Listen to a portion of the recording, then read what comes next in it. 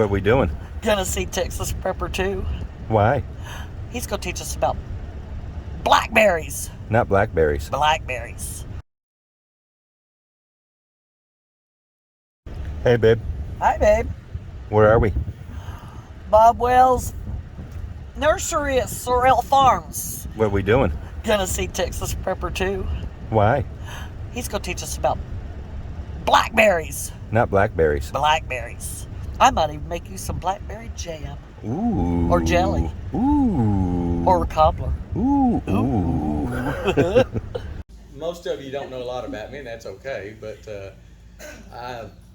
my experience is about all I got. I mean, I've got a master's degree in agriculture at HKU. It's Hard Knocks University, and I'm working hard on my doctorate. But we're going to talk about how to purchasing the blackberries, planting, when to plant, everything that's got to do with planting. We'll talk about irrigation and mulching and pollination, and a lot about pruning. I get more questions about pruning than just about anything. And I have some people say, "Okay, it's winter. Should I prune them all the way back to the ground?" No, no.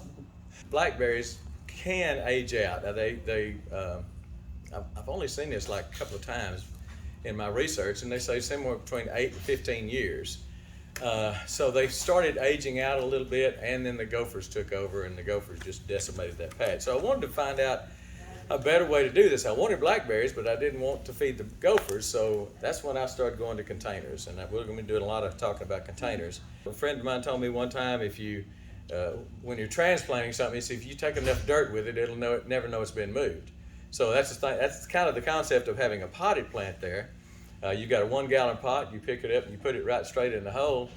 You know, it's probably not even going to miss the pot.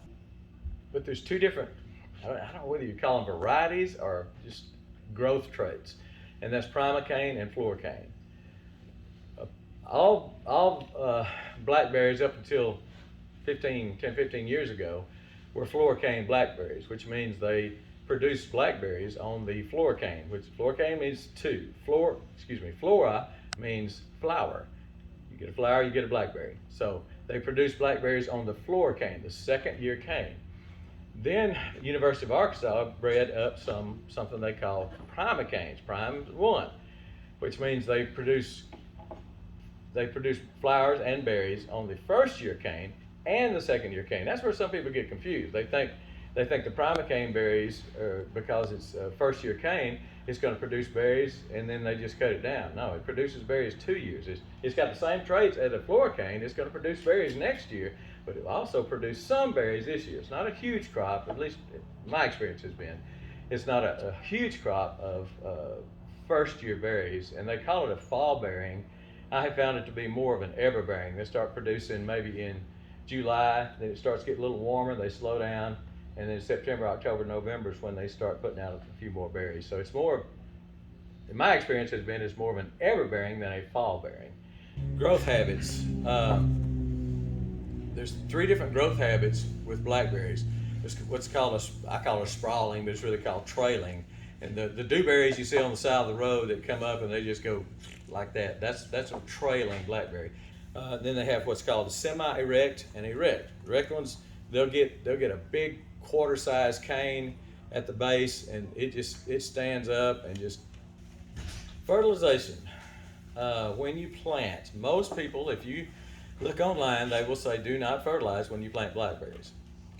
And that, when I planted out in the field, when I did my patch, all I did was because I had read that, I just put a big handful of compost and threw it in the hole and planted, and they did great. Like I say, that was really, really nice. But now, especially in containers, now I'll tell you why in just a minute, but in containers, I always fertilize when I plant. Again, don't have much education on this, just telling you what I know and what I do. So if you do it and yours die, it's not my fault, okay? Just telling you. The old adage is with trees and with other things, plant it high, it won't die, plant it low, it won't grow. So don't go too deep with anything you plant. Plant at the level of the soil in the pot. Now if it's a bare root, a little harder to tell, but you still can, because it was rooted in, typically it's going to be rooted in a pot of some sort, and you can kind of see where the color changes on it, and but it's got to have that crown, that mother plant. The crown has got to be above the ground. It doesn't have to be way above the ground, but it does have to be above ground. You are the master farmer. That's dangerous. If you only knew. Just take it out of the pot, and we'll just dig a hole, same size as that, basically.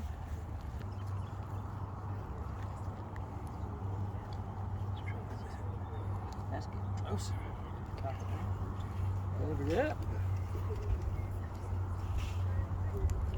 There's one.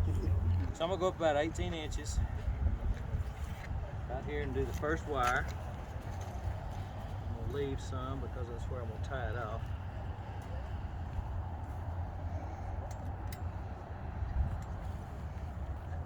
When the other one comes around, we'll tie it off here.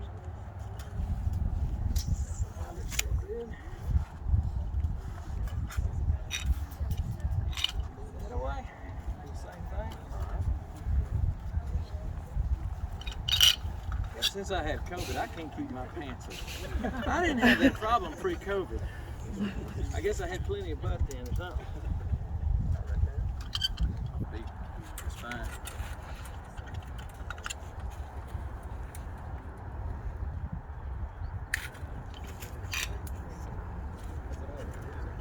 If you pull too tight,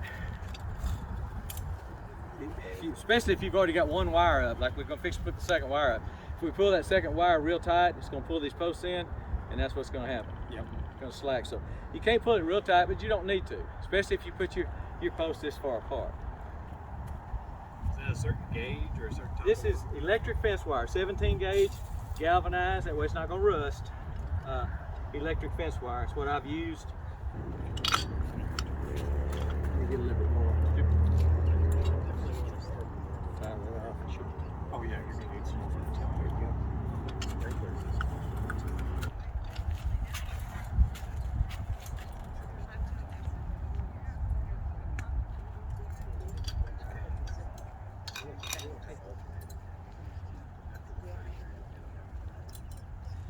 I would suggest you put these ends on a less traveled part of your property, because these ends are sticky. You don't want kids to walk by and get to poke their eye out or something. So make sure you always curl the wire back on itself and twist it real good. So when these come up and hit this first wire, if it's leaning this way, I'll go ahead and take that tape machine and tie it to that first wire, and then because it's already leaning this way anyway, so it won't be long, it'll be on this wire. And then when it gets about right here, I'm gonna cut it off. Now if it's right in the middle, if it's right here, if I've got a few inches above and it falls over, it may miss the wire. So I may go a few inches above that. If it's right next to the wire, I may just take it off right there. We'll come in here on these. Now these black tie wraps are the best.